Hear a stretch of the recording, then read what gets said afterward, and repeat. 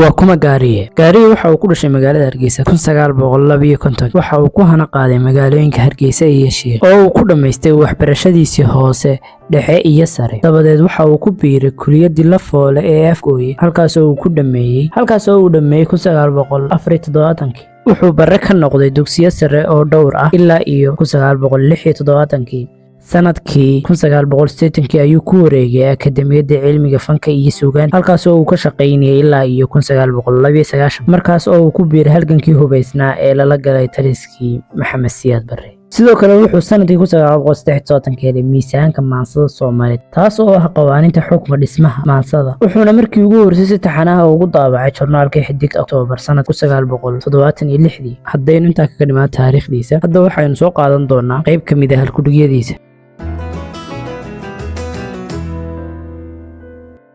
waxaruhu sidaan qabo weligood boqor qabad iyo kuma qurquriyaan anna qiira mooye qasab kuma balweyn karo hadba wiilka qooqani maalintaasi qoodha ah khushuuciisa ma akhriyo waa iskala qab weyn yahay qofna kaba huma tiro qolo sheegashana dhaaf iska dhaaf qabiilow qarankeena oo idin qol yar baan u haystaa raggu waa isdili jiray dibna waa u kaban jiray duubiguu ka naaftee weli dunida lama arag cuduraan daawo lahayn doqonimo mooye nimaan ulya diirnahay oo dareenna kala geeyey ama daadna kala xidhay u dabaala mooye ma dariiq kala furan walaalkay hadduu diday naagtu daa la celiyaaye amba maalka daba tago